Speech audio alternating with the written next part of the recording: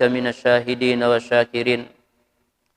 Puji syukur kita panjatkan kehadirat Allah Subhanahu wa taala yang masih memberikan kita nikmat umur, nikmat kesehatan.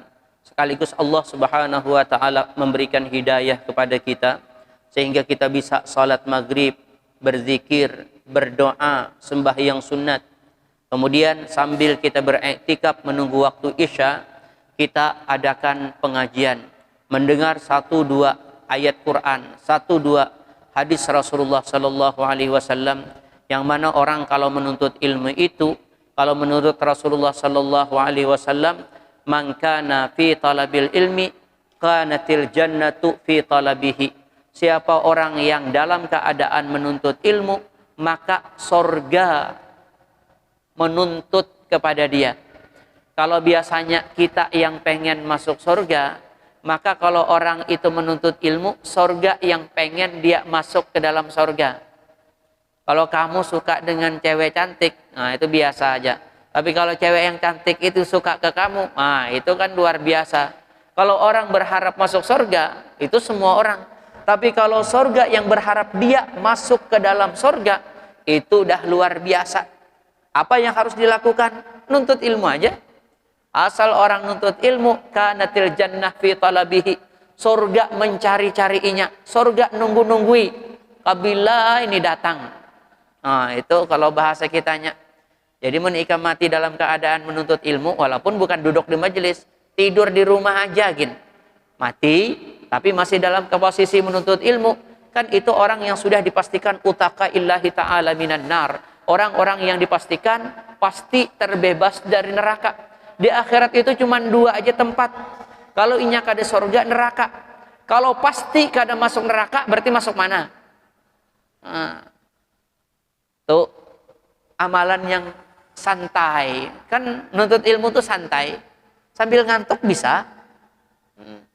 Tapi lebih baik daripada sembahyang 1000 rakaat. Ikam kalau sembahyang 1000 rakaat coba aja. Tuh 2 hari 2 malam. 2 hari 2 malam tuh bang. Coba kita taraweh itu 20 rakaat. Biasanya kurang lebih 1 jam. Berarti kalau 10 jam 200. Ya kalau lah. Ya kalau. Berarti kalau 50 jam hanya sampai 1000. Kan begitu. 50 jam itu berapa?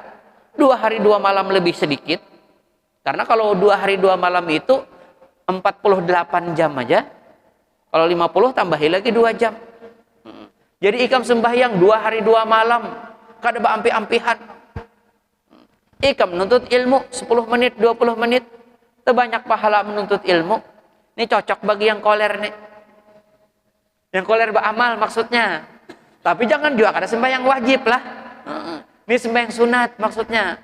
Jangan mentang-mentang itu orang sembahyang isya. Aku udah ajar tadi nuntut ilmu, bulik aja lagi. Babaya mbah tuntungan ini. Orang adzan, bulik sekalinya. Itu jadi lebih ganal daripada sembahyang 1000 rakaat. Itu gila atau kekana atau berarti. Terus adangi juga pun pintar itulah. Nah, kita ulang hadis terakhir yang kita bahas. An Anas ibni Malik radhiyallahu taala anhu qala, jaa Arabiyun, datang seorang Arab pedalaman. Fabala fi taifatil masjidi. Lalu orang Arab pedalaman itu kencing di salah satu sudut masjid. Dari situ, nah ibaratnya kalau kita tuh di situ dihiga-higa, dilihat orang kiri kanan dada, cer. Fajazarahun nas, lalu manusia memarahi lawan inya. Panahahum Rasulullah sallallahu alaihi wasallam. Lalu Rasulullah sallallahu alaihi wasallam melarang kepada orang-orang yang memarahi lawan orang yang kencing tadi. Nama orang yang kencing itu Dzul Huwaisirah. Falamma qada baulahu, manakala si orang Arab pedalaman itu telah selesai daripada kencingnya, amaran Nabi sallallahu alaihi wasallam, lalu Nabi memerintahkan bidzanubin min ma, dengan 1 gayung daripada air, fa uhrika alaih, lalu air yang digayung itu disiramkan di atas kencing tadi. Hadis ini diriwayatkan oleh Imam Bukhari dan Muslim, hadis sahih. Nah, fikihnya kemarin sudah kita jelaskan sekilas. fikihnya bahwasanya kencing itu najis. Karena najis harus disucikan. Cara mensucikan, kalau inya di tanah, ya tinggal disiram aja langsung. Kan masuk ke dalam. Nah, kalau inya jago seperti ini, Bang, bagaimana? Kalau air kencing manusia kah, kucing kah di rumah kita berkeramik, maka jadikan dulu najis itu, kalau inya ada bendanya disebut najis ainiyah, ada bendanya. Maka hilangkan dulu najis ainiyahnya, hilangkan, lap dulu. Kalau kira-kira sudah nggak ada rasanya, nggak ada baunya, nggak ada warnanya, nah itu berarti sudah menjadi najis hukmiyah. Dia najis, tapi secara hukumnya aja najis. Karena bendanya sudah nggak ada lagi, sudah dilap, udah kering. Kalau sudah kering, nah kalau najisnya itu sudah menjadi najis yang tidak ada bendanya lagi, maka kalau sudah seperti itu, tinggal disiramkan air di tempat yang tadi. Kalau air itu sudah kira-kira rata di tempat tadi, maka suci. Airnya yang itu pun suci, cuman basah banaram. Nah, jadi begitu cara mensucikan najis kalau ada di lantai. Siapa tahu rumah-rumah kita tuh yang pakai keramik. Rumah kita kan kada seperti kalau di sana tuh ada juga orang yang rumahnya lantainya masih tanah. Itu tinggal siram aja langsung turun ke bawah. Tapi kalau yang pakai keramik itu dilap kering sampai nggak ada lagi benda najisnya. Jadi tadi kalau ada bendanya disebut najis ainiyah, tapi kalau nggak ada bendanya disebut najis maknawiyah atau hissiyah. Hanya tetap najis. Itu belum suci lagi. Biar 10 kali kamu ngelap itu, sampai kamu semprot dengan pengharum, harum, tetap dianggap najis. Dia bisa suci kalau air yang suci mensucikan datang ke tempat itu, walaupun tidak mengalir lagi. Kalau air suci mensucikan datang ke tempat itu, maka sucilah. Hendak disimburi sealam-alaman kayak itu, keuyuhan pulang, di situ-situnya aja. Nah itu cara mensucikan. Ya karena begini, yang namanya najis, kalau dia najisnya ma'nawiyah tadi atau najis hissi yang tidak ada bendanya lagi, nggak ada rasanya, nggak ada apa-apa, itu bisa suci kalau air yang mendatangi kepada najis itu. Kalau najis itu yang mendatangi ke air, itu nggak suci, tetap najis. Kita contohkan contoh yang lain. Pakaian kita misalnya terkena kencing, atau anak kita terkena kencing, ya, terkena kencing. Nah, itu kalau nggak ada rasanya, nggak ada baunya, nggak ada apa-apanya, nggak ada. Nah, itu berarti najisnya najis sudah najis hukmiyah. Hukumnya aja najis, bendanya sudah kada ada lagi. Nah, kalau sudah seperti itu, nah, kalau mau kita cuci baju, ya, kalau kita mau cuci baju, jangan sampai ada ember air kita masukkan situ, kita kocak-kocak, habis itu masukkan lagi ke ember, kucak-kucak lagi sampai bersih. Itu nggak bisa suci. Harus nih barangnya ini yang didatangi oleh air. Tuh kalau tuh terserah aja ya, mau airnya itu nanti mengalir atau tidak mengalir ke bawah nggak jadi masalah. Jadi kalau nya sudah bersih seperti itu, kita siramkan air ke situ, set, barunya suci. Atau kita bilas satu-satu, keran menyala, angkat satu, masukkan ke pengering, angkat satu, masukkan ke pengering, angkat satu, masukkan ke pengering, baru itu suci. Kalau tidak, itu tidak bisa suci. Tapi kalau di mesin cuci itu kadang-kadang ketika sudah digiling dengan apa tuh? Digiling ya, habis itu dibuang airnya, habis itu air terus datang ya, air datang set. Kan kalau sudah tadi menjadi najis hukmiyah tadi, yang nggak ada bau, nggak ada rasa, nggak ada benda, itu kalau dia didatangi oleh air, maka suci itu. Tapi kalau orang dahulu ada tuh yang pindahkan ke sini, pindahkan ke sini. Kalau ini kan bertempat ya di dalam bak, itu tinggal di air yang turun dari atas, itu udah jadi suci pakaian kita.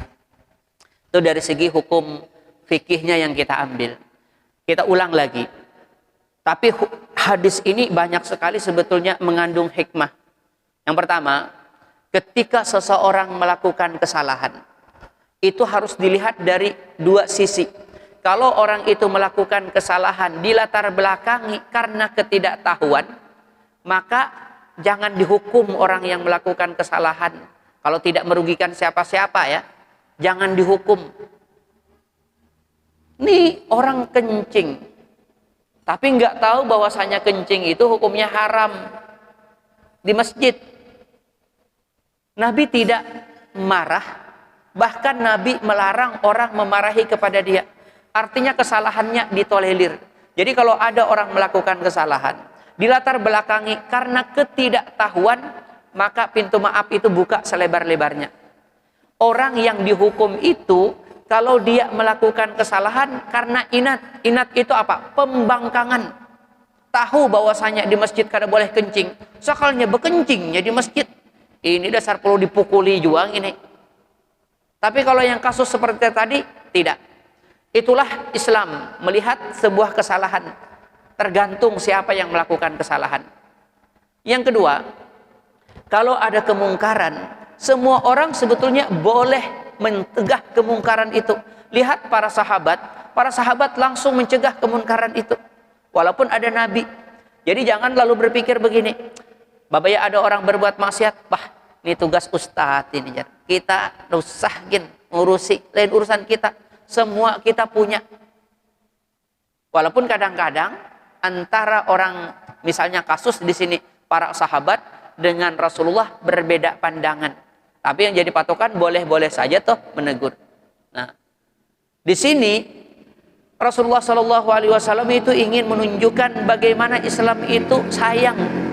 Maka kalau mengajak orang itu dengan cara yang bagus, kalau dengan caci maki, marah-marah, itu biasanya kada ampuh. Walaupun kalau ditanya apakah Rasulullah Shallallahu Alaihi Wasallam bisa marah, bisa, tapi jarang. Yang rata-rata Nabi itu selalu melihat dengan kelemah lembutan. Itu yang kemarin sudah kita bahas, di mana Rasulullah Shallallahu Alaihi Wasallam itu kalau mengirim sahabat-sahabatnya untuk jadi guru, maka Rasulullah Shallallahu Alaihi Wasallam memesani kepada mereka, yassiru wala tu'assiru, basyiru wala tunafiru. Hadis ini pun sahih Bukhari Muslim. Yassiru, bikin gampang. Wala tu'assiru, jangan bikin payah. Jadi yang paling penting benar sudah. Jangan terlalu banyak persyaratan ini itu. Itu bikin sulit. Yang santai aja. Kalau memang nanti orang tambah bagus ya silahkan tambah. Tapi secara umum santai aja dulu. Orang kalau sudah waktu zaman Rasulullah ngaku jadi orang beriman, sudah cukup dulu. Habis itu pelan-pelan baru. Kemudian apalagi kata Rasulullah, basyiru wala tunafiru, beri kabar-kabar yang indah-indah, yang bagus-bagus. Jangan bikin orang lari. Ini dikit-dikit orang masuk neraka, dikit-dikit orang masuk neraka. Ada kejadian. Ini yang bercerita itu Kiai Haji Mustafa Ali Ya'qub, Imam Masjid Istiqlal Jakarta, tapi sudah almarhum beliau. Masjid ini ketika dahulu mereng, ya mereng dulu kan, itu Ustadz Pandi itu dikirim oleh jamaah sini menanyakan kepada Mustafa Ali Ya'qub. Sebetulnya orang sini sudah bertanya ke saya, sudah saya jawab, tapi kan saya bukan siapa-siapa. Bertanya ke Mustafa Ali Ya'qub sama aja dengan jawaban saya. Cuman kalau kita kan kurang paten gitu ya. Kalau sampai imam besar Istiqlal, itu ya enggak apa-apa sih sebetulnya, nggak jadi masalah. Nah, tapi ringkasnya, Mustafa Ali Ya'qub itu pernah waktu itu beliau cerita sembahyang di Papua. Dia kan ustadz kalibernya internasional lah minimal ya, ke Papua. Waktu itu sembahyang subuh banyak sekali orang sembahyang. Lalu beliau datang lagi ke situ, ke tempat yang sama beberapa tahun kemudian, sepi. Heran, kok sepi? Karena Dulu yang lagi banyak itu orang sembahyang, wiritan dan lain sebagainya. Datang aliran baru yang bilang wiritan nggak ada di zamannya Rasulullah, bid'ah, masuk neraka. Ini nggak ada di zaman Rasulullah, masuk neraka. Orang jadinya takutan ke masjid, masuk neraka ke masjid. Bewirit masuk neraka. Ya sudah, nggak usah lagi ke masjid. Apa memang begitu? Enggak seperti itu. Kalau Nabi itu jangan mentang-mentang misalnya kita berbeda dengan orang lain lalu kita vonis orang lain masuk neraka aja bawaannya. Hanya dilatar belakangi, ya berkali-kali saya ceritakan, hanya dilatar belakangi dengan iyyaka wa muhdatsatil umur fa inna kulla muhdatsatin bid'ah wa kulla bid'atin dhalalah wa kulla dhalalatin finnar. Setiap bid'ah pasti masuk neraka. Tapi menurut pahamannya masuk neraka semuaan. Orang wiritan masuk neraka. Nanti kalau ada orang tahlilan masuk neraka juga. Itu kan pemahamannya. Sebetulnya kalau kamu ngaji di Mekah atau di Madinah, saya sekali lagi sering duduk di pengajian di sana. Saya ngelihat kadang-kadang mereka baca kitab, saya lihat itu kitabnya. Saya juga bisa sebetulnya baca. Ketika si tukang bacanya itu salah, saya sebelum gurunya menegur, saya sudah tahu ini salah pasti bacaannya. Betul ditegur nanti. Jadi ringkasnya, ketika saya diantaranya ya, ketika saya duduk di Madinah dengar pengajiannya hadis. Nah, mereka kan kalau sekarang itu di Mekah di Madinah itu mazhabnya Imam Hambali. Nah, lalu mereka beranggapan orang yang sembahyang subuh itu tidak pakai kunut. Dan di hadis-hadis itu menunjukkan tidak pakai kunut, tidak pakai kunut, tidak pakai kunut. Karena bagi mereka kunut itu hanya kunut nazilah. Yang Nabi itu berkunut 40 hari 40 malam karena ada para orang-orang penghafal Quran yang dikirim oleh Rasulullah SAW ternyata dibantai, dibunuh. Nabi kesal sekali, lalu Nabi doakan mereka supaya mereka celaka. Kunut nazilah namanya. Tapi ternyata dilarang oleh Allah Subhanahu wa taala. Yang bahasa Qur'annya laisa laka minal amri syai'un au yatuba alaihim au yu'adzibahum fa innahum zalimun. Itu masalah orang-orang yang membunuh kepada sahabat-sahabatmu yang hafal-hafal Quran, itu bukan urusan kamu. Kamu enggak usah jadi nabi yang mendoakan ketika umatnya melakukan kesalahan lalu mendoakan kecelakaan. Jangan. Kamu tetap harus yang wa ma arsalnaka illa rahmatan lil alamin. Kalau ada umat kamu yang nakal lalu kamu doakan supaya mereka celaka, maka kamu, hai Muhammad, itu tidak berbeda jauh dengan nabi-nabi sebelum kamu. Nabi Nuh ketika umatnya membangkang didoakan mati. Nabi Musa ketika Fir'aun dan kaumnya membangkang didoakan mati dan terkabul. Kalau kamu mendoakan hal yang sama, maka kamu nggak terlalu istimewa.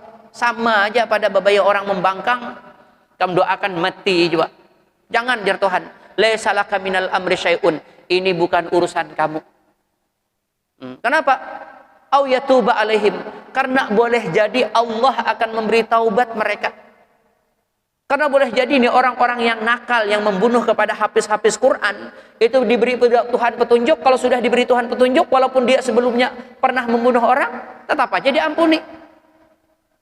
Au yu'adzibahum, atau memang mereka akan disiksa juga oleh Allah nanti di akhirat, di neraka. Kenapa? Fa innahum zalimun, karena mereka orang yang pantas untuk disiksa karena mereka orang zalim. Cuman engkau hai Muhammad jangan.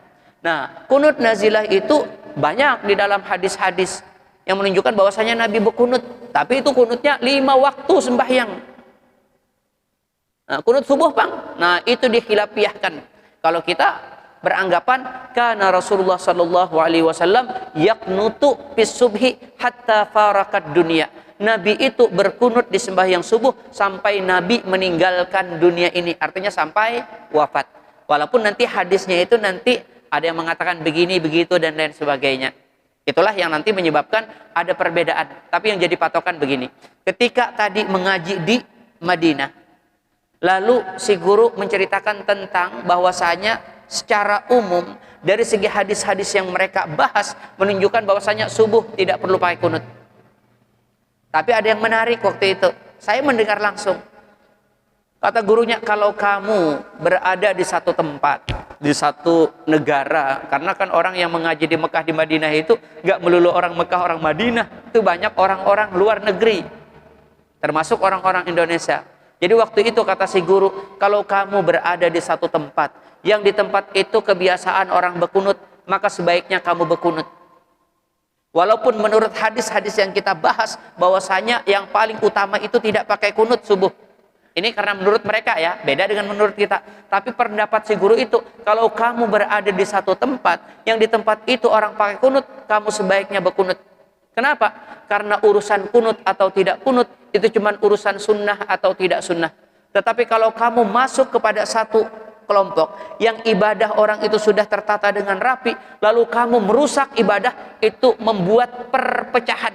Dan perpecahan itu hukumnya haram. Yang wa'tasimu bihablillahi jami'a wa la tafarraqu. Itu nasihat guru di sana.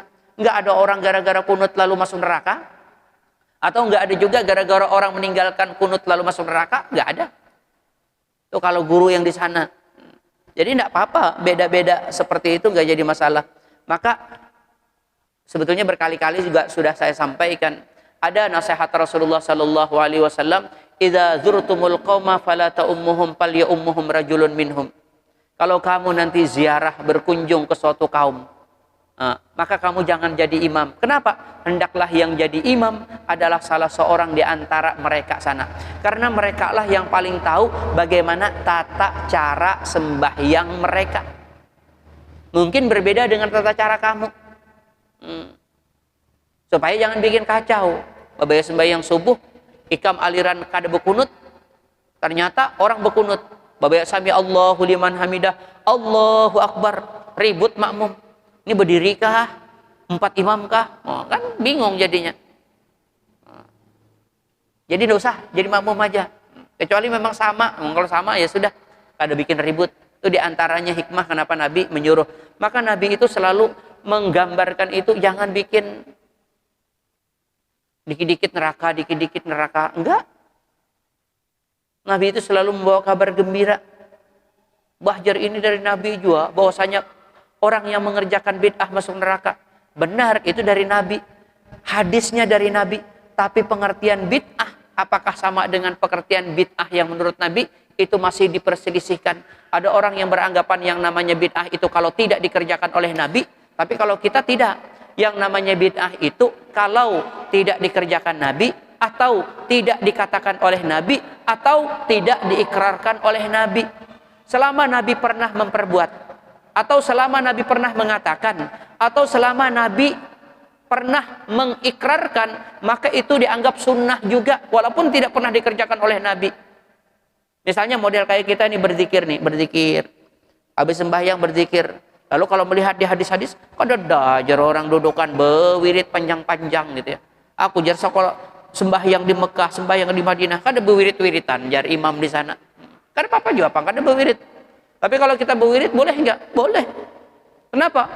Masuklah kita misalnya di dalam ayat وَذَّاكِرِينَ كَثِيرًا وَالذَّاكِرَاتِ. Orang yang bagus itu adalah orang-orang yang banyak berzikir, baik laki-laki ataupun perempuan.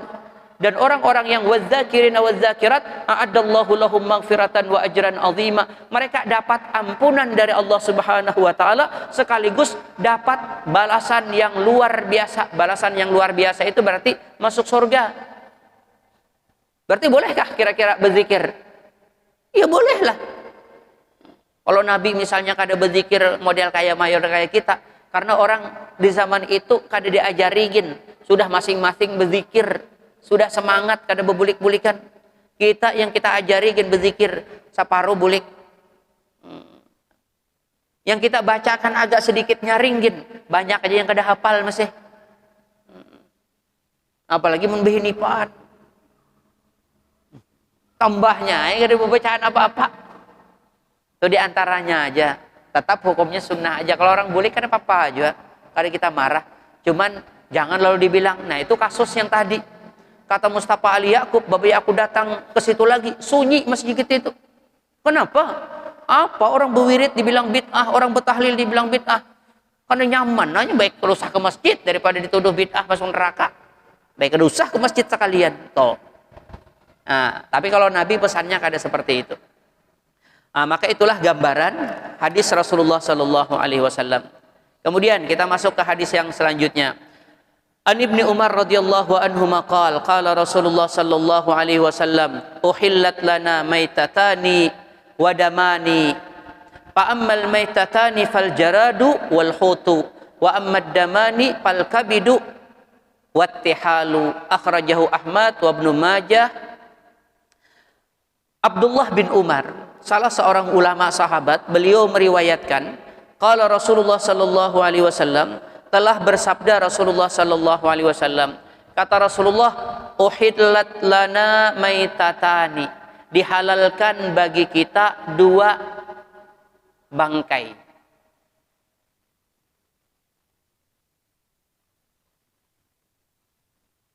Wadamani, dan dihalalkan juga bagi kita dua darah. Nah, ini hadis ini berarti mentahsis keumuman Quran. Jadi di dalam Quran itu ada ayat, ada kalimatnya, ada yang hurrimat alaikumul maitatu, ada juga kalimatnya innama harrama alaikumul maitata. Nah, kurang-kurang lebih aja sih sebetulnya, walaupun ujungnya nanti yang berbeda. Kita ambil satu aja. Innama harrama alaikumul maitata. Sesungguhnya Allah Subhanahu wa ta'ala mengharamkan kepada kalian maitata, semua bangkai. Berarti semua bangkai haram. Itu kalau dari konteks Quran. Di hadis ini Nabi mengatakan ada dua bangkai yang tidak haram, tapi hukumnya halal. Itu menunjukkan hadis Nabi itu bisa mentahsis Quran. Itu yang jadi kita ini kada bisa ketika ketemu ayat langsung kita ponis beginilah hukum, kecuali kamu ahli dalam bidangnya. Karena siapa tahu ayat itu ditahsis oleh ayat lain, atau ayat itu ditahsis dengan hadis Nabi misalnya. Itu boleh jadi. Itu boleh jadi. Maka sama sebetulnya kalimat, kalau boleh kita ulang yang sedikit tadi.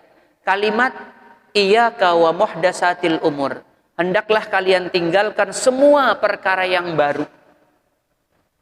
Kenapa? Fa inna kulla muhdatsatin bid'ah, karena semua perkara yang baru itu bid'ah. Wa kulla bid'atin dalalah, dan setiap yang bid'ah itu pasti sesat. Wa kulla dhalalatin finnar, dan setiap yang sesat itu pasti membawa ke dalam neraka. Itu kan kalimatnya umum betul ya. Nah, kalau kamu hanya berpegang dengan seumum-umumnya itu, boleh jadi yaitu tadi akan jadi orang neraka dilatar belakangi karena dia mengerjakan pekerjaan yang baru. Apa tidak ada misalnya hadis lain yang mentahsis? Ternyata ada hadis lain yang mentahsis.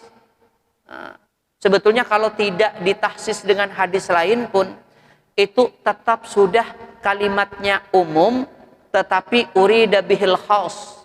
Kalimatnya umum, tetapi tetap yang dikehendaki tertentu. Seandainya tidak ada hadis lain yang mentahsis itu, seandainya ya, tapi ini ada.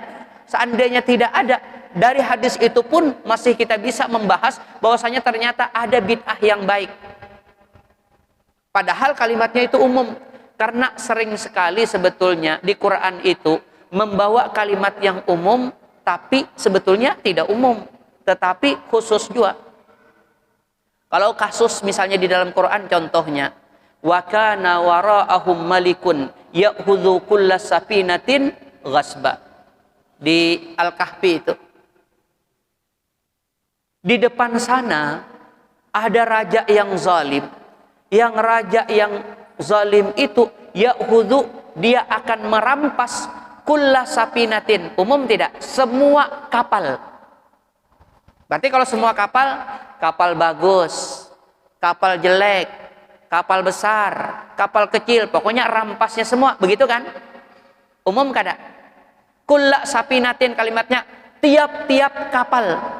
Tapi ternyata tidak setiap kapal yang diambilnya. Yang diambilnya itu cuman kapal yang bagus. Kalau kapal jelek dia nggak mau. Buktinya makanya dirusak oleh Nabi Musa sedikit kapal itu, lalu kelihatan jelek. Karena kelihatan jelek, karena jadi diambil. Padahal kalimat Qur'annya itu wa kana wara'uhum malikun ya'khudhu kulla sapinatin. Kalimatnya kulla sapinatan sama kulla bid'atin, sama enggak? Semua bid'ah. Di sini semua kapal. Tapi secara logika enggak mungkin raja mau mengambil kapal-kapal jelek. Buat apa? Memang mau membagusi? Enggak lah. Nah, itu seandainya tidak ada tahsis, orang sudah bisa mengukur dengan kalimat Quran itu bahwasanya ini tidak seumum dengan apa yang tertulis di dalam Quran. Tentu yang berbicara itu yang ahlinya, bukan saya. Saya cuman ya karena di pelajaran seperti itu ya saya sampaikan seperti itu. Maka seperti itu. Jadi kalimat itu kadang-kadang walaupun umum bisa ditahsis karena memang ada cerita di awal. Kalau ini kan ada cerita di awal, ada orang berkapal dirusaki oleh Nabi Musa. Berarti supaya apa? Dirusaki oleh Nabi Khidir ya. Kenapa? Karena nanti ada di ujung sana raja yang ngambil kapal, semua kapal. Tapi di situ kulla sapinatin, tiap-tiap kapal yang khairin, kapal yang baik. Kalau kapal yang buruk buat apa? Maka sama ketika Nabi bilang kulla bid'atin, maka secara logika pasti bid'ah yang jelek, bukan bid'ah yang bagus yang membawa ke neraka. Itu bukan bid'ah yang jelek. Kita balik ke ayat ini tadi dulu. Jadi kata Quran, innama harrama alaikumul maitata. Allah mengharamkan kepada kalian maitata, semua bangkai. Berarti semuanya ya. Yang namanya bangkai, sesuatu yang tidak disembelih dengan pensembelihan syariat, itu bangkai.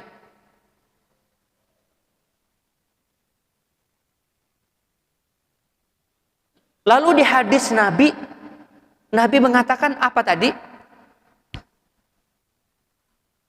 Uhillat lana maitatani, dihalalkan bagi kita dua bangkai.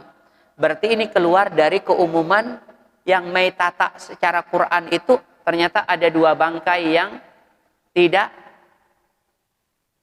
haram, artinya jadi halal. Begitu juga di dalam Quran, waddama, diharamkan darah. Ternyata kata Rasulullah Sallallahu Alaihi Wasallam ada juga wadamani, ada dua darah yang dihalalkan. Berarti tidak semua darah berarti. Nah itu yang jadi kalau kamu hendak jadi mujtahid, maka semua Quran, semua hadis itu harus benar-benar kamu kuasai. Kalau hendak jadi mujtahid, supaya jangan sampai tersalah. Model kayak kita jangan harapan hafal Quran aja sejus saja, itu gin kada hafalon arti-artinya, kada paham juga seutuh-utuhnya. Mungkin ada yang paham artinya, cuma sekedar artinya aja. Kada kawajo melihat kalimatnya ini, kalimatnya apa, tujuannya kemana, tapi tahu juga. Makanya kata Said Alawi, abahnya dari Said Muhammad bin Alawi kan, aku beranggapan bahwasanya pintu ijtihad itu masih terbuka. Cuman kayaknya walaupun terbuka, nggak ada orang yang mampu untuk menjadi mujtahid mutlak, itu kayaknya nggak ada lagi. Itu kata beliau. Ya, kalau toh memang benar-benar ada ya mungkin, tapi kayaknya nggak ada. Orang sekelas Imam An-Nawawi,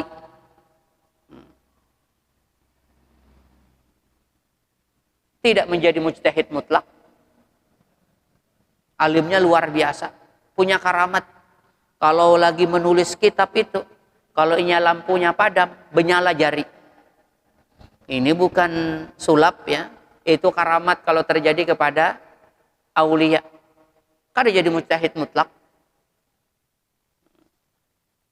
Misalnya Imam Ibnu Hajar Al-Haytami, pensyarah Sahih Bukhari, itu berapa jilid ya? Mungkin ada 14 atau 15 jilid ada. Kada jadi mujtahid juga, jadi orang yang bermazhab Imam Syafi'i juga masih. Kamu kada ada bisi kitab sedikit-dikit. Udah jadi mujtahid mutlak, bilang terlalu benar. Itu orang-orang yang diakui dunia kepintarannya itu. Orang-orang Wahabi gitu. Masih ini katanya di dalam majmu'nya Imam Nawawi katanya.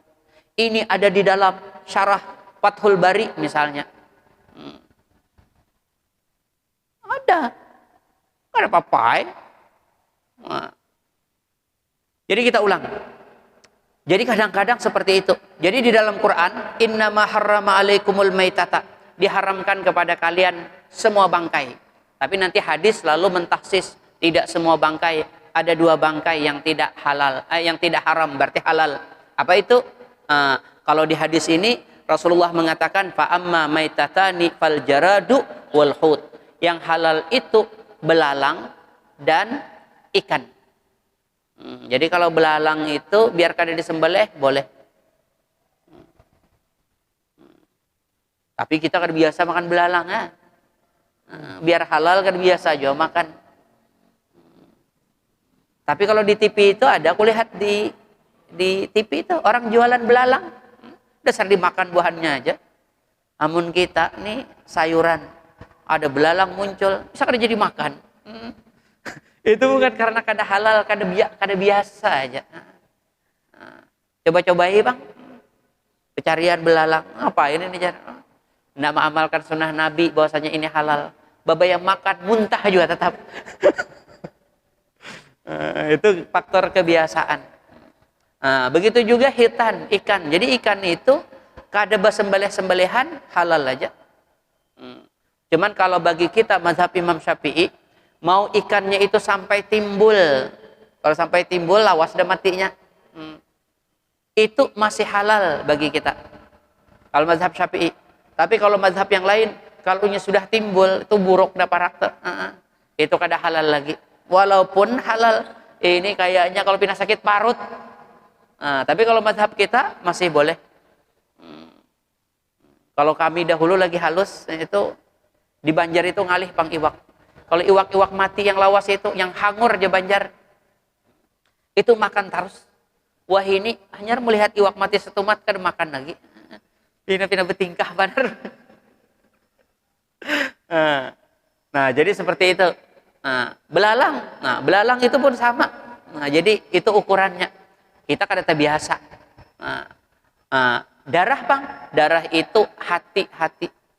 Ya kadang-kadang ada juga orang makan darah itu nggak boleh. Makan darah itu dibekukan, lalu jadi kayak hati juga, dipotong-potong. Nah itu tuh kada halal. Walaupun bagi yang bisa makan enak, ini bukan masalah enak atau nggak enak, haram.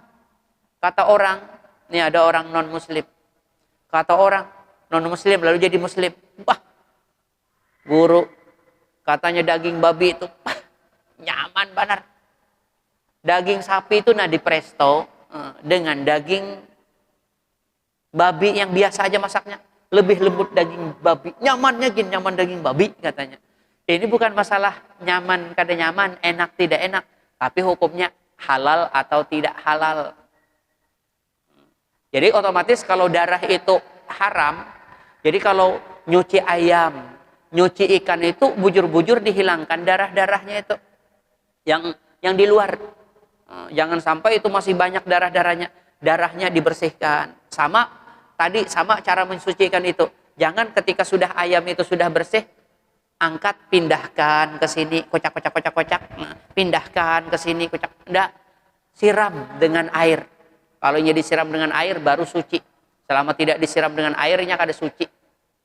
Nah, itu cara makanan, pakaian sama aja harus air yang datang. Jangan najis yang mendatangi kepada air. Kalau najis yang mendatangi kepada air itu tidak menyebabkan najis itu lalu berubah jadi suci, tidak. Sudah berubah jadi najis. Nah, kita teruskan. Walahmal khinzir di ayat Quran. Allah juga mengharamkan kepada kalian daging babi. Nah, ini kalimatnya daging babi. Ada juga orang yang kepintaran. Yang di dalam Quran jar yang haram itu daging babi. Jadi kalau kira-kira tulang-tulangnya bang, sop tulang babi misalnya, atau misalnya kulitnya. Nah, itulah bahasa Quran. Biasanya yang dimakan itu apa? Daging kalau yang utamanya. Kalau yang biasa dimakan itu diharamkan, apalagi yang kada biasa dimakan tambahnya. Kalau ikam kepintar-pintaran, dan coba jar lidah babi. Kayak apa? Lidah sapi aku udah pernah jar makan. Dan coba lidah babi. Ah, jurang haram. Mana ada jar haram? Yang haram itu walahmul hinzir, daging babi. Ini lidahnya. Itu kepintaran ngaranna. Jadi pintar tuh jago sasadangi aja. Itu maksudnya kalau yang paling biasa dimakan kada boleh dimakan, apalagi yang memang terbiasa kada dimakan. Sapi itu terbiasa dimakan dagingnya. Orang-orangnya aja yang berani makan lidah sapi. Ya kalau men aku aja asal tahu kada jadi makan dewani itu, Bang. Ada lagi antara Samarinda ke Balikpapan itu ada yang tahu Sumedang itu. Babaya singgahan. Guru di sini guru yang nyaman katanya sup buntut. Berarti buntutnya. Iya, garang gurunya aku mesanakan. Wah, kuliah hati biasa aja. Cuman masih wani makan. Kalau ilat sapi kira-kira bisa kada wani. Ini guru ay lidah sapi, lain ilat sapi ya, ilat sapi wadai itu lain juga itu. Jadi haram daging babi dia dalam Quran. Wa ma uhilla bihi li ghairillah, dan sesuatu yang disembelih dengannya bukan atas dasar disembelih bukan karena Allah, jadi karena yang lain. Yang lain itu ya untuk berhala, termasuk jago kemarin sudah pernah kita ceritakan hendak tumbal untuk jembatan itu kada halal, walaupun yang nyembelihnya Pak Haji bismillah juga, bismillahirrahmanirrahim, bismillahi Allahu akbar misalnya, tapi jelas ini tujuannya apa? Untuk kepalanya taruh di dalam pipa jembatan supaya hantu jangan mengganggu lagi lawan pembangunan jembatan. Ini diluruskan mereng pulang, diluruskan mereng pulang. Ini ada jinnya sudah. Andaki kepala sapi aja. Itu berarti menyembelih sapi karena hendak jin. Kada boleh. Kada boleh itu. Kita itu terlalu percaya lawan tahayul, lawan terlalu takutan. Orang di luar negeri sana kada betumbal-tumbalan, kita di pedalaman ini hanya betumbal aja terus. Itu kada halal. Itu namanya uhilla bihi li ghairillah. Cuman walaupun kada halal, di ayat Quran ini ada lagi tambahannya. Pamaniturra ghaira bagin wala adin fala isma alaih. Tapi kalau ada orang yang mudarat, bujur-bujur membutuhkan lawan makanan yang kada halal tadi, ghaira bagin, dia bukan berbuat zalim, wala adin, dan ini bukan kebiasaan, bujur-bujur darurat, fala isma alaih, maka enggak ada dosa lawan orang itu. Jadi kalau kasusnya darurat, kada ada lagi yang haram. Karena ada kaidah usul yang mengatakan ad-daruratu tubihul mahzurat. Ketika orang sudah dalam keadaan darurat, maka sesuatu yang asalnya haram hukumnya jadi boleh. Makan bangkai kada boleh.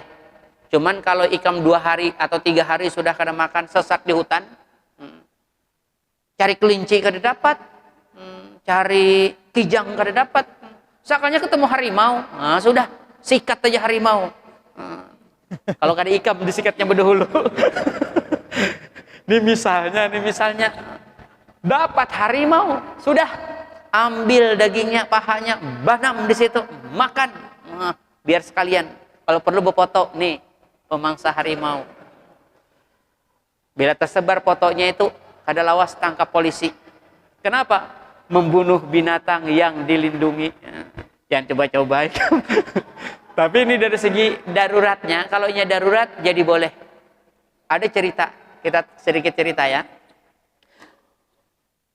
Ada salah seorang ulama besar namanya Abdullah ibnu Mubarak.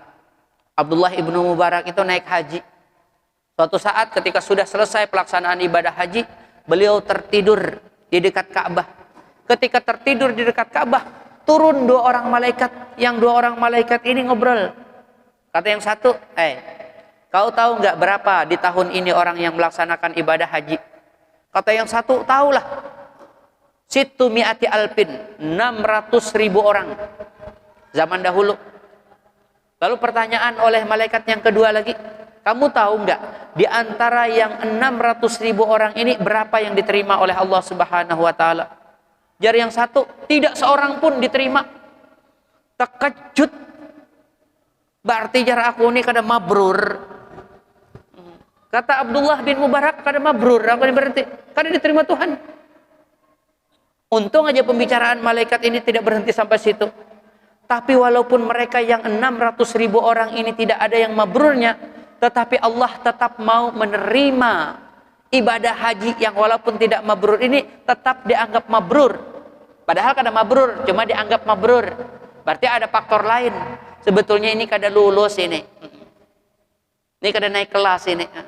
Cuman karena dah 3 kali kada naik kelas, baik dinaikkan aja mengalihi.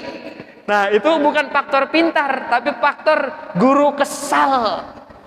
Nah, itu kan ada tuh kasus kayak itu.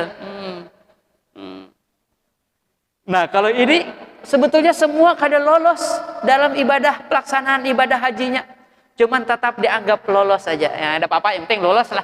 Yang penting mabrur lah. Nah, apapun gara-garanya kada tapi penting. Nah, mereka dianggap mabrur itu dilatar belakangi karena ada satu orang di Damaskus di Suriah sana yang kerjaannya tukang sol sendal, yang dia itu sebetulnya tidak naik haji, tetapi dia dianggap naik haji, dan dengan sebab dia dianggap naik haji yang mabrur, maka semua orang yang 600.000 ini juga dianggap mabrur. Jadinya kalau bersama-sama itu kadang-kadang yang aturannya gagal dianggap lolos. Makanya kita sembahyang berjamaah ini, kalau misalnya imamnya kadang-kadang karuan, banyak pikiran ini itu, ini kadang menyambat imam yang lain lah, menyambat aku seorang.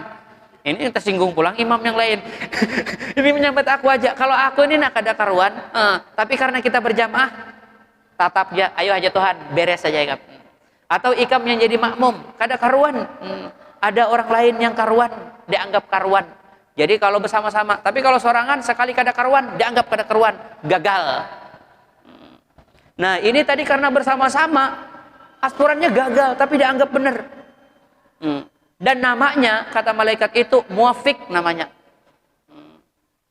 Babaya terbangun, Abdullah ibnu Mubarak, kada boleh ke kampung, tulak ke Damaskus, ke Syria kalau sekarang.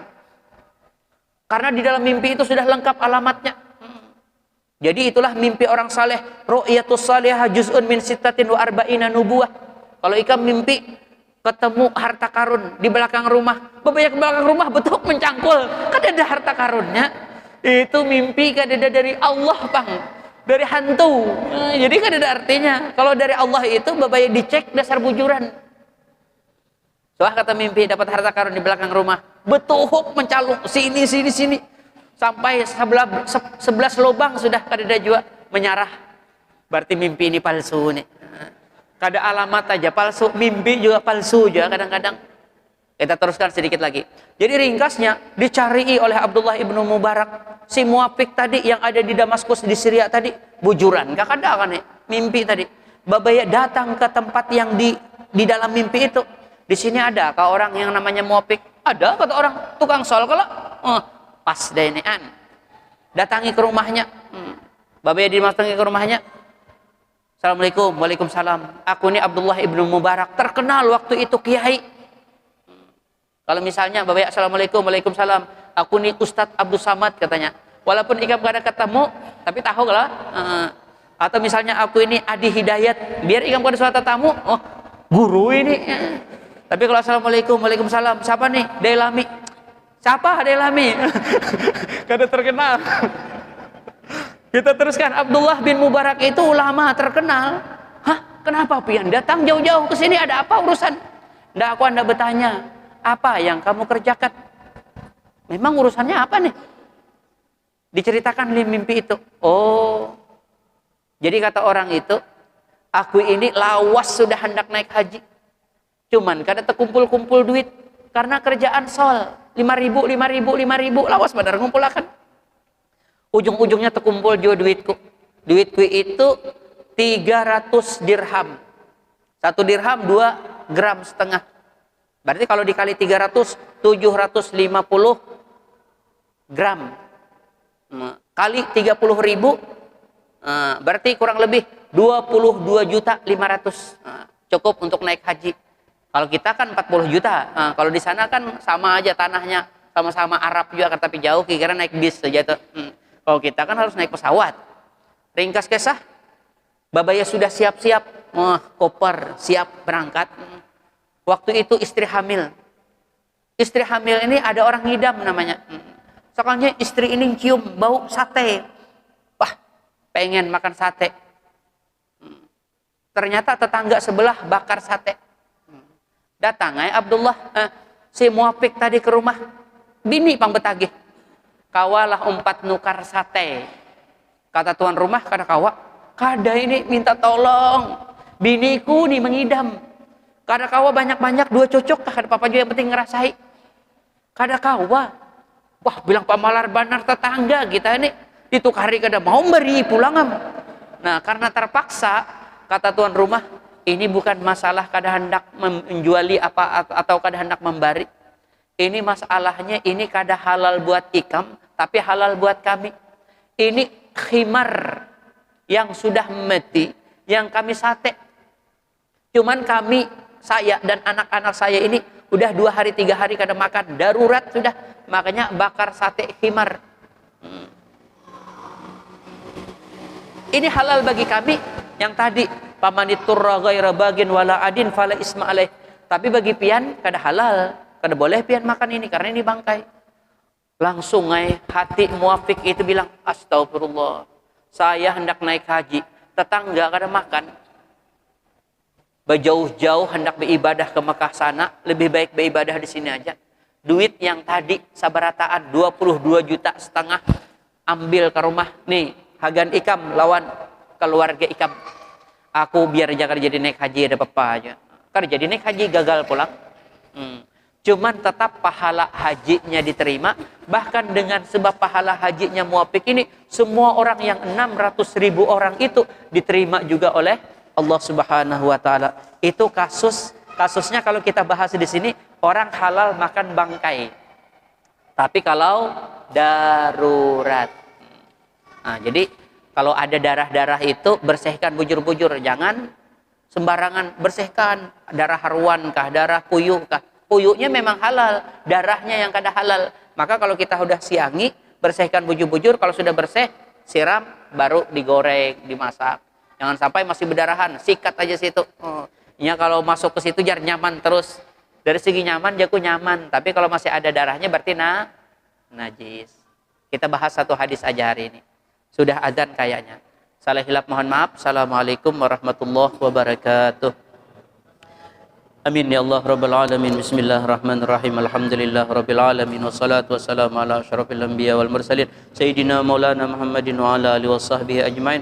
Allahumma inna nas'aluka fahman nabiyyin habzal mursalin. Allahumma aghnina bil ilmi wa zina bil halmi wa akrimna bit taqwa wa jamilna bil afiyah. Allahumma rizqna al ikhlas bi talabil ilmi wa nashra bi jami' ta'at bi rahmatika arhamar rahimin. Sallallahu alaihi wasallam Muhammadin nabil ummi wa ala alihi wa sahbihi wasallam. Alhamdulillah Rabbil Alamin.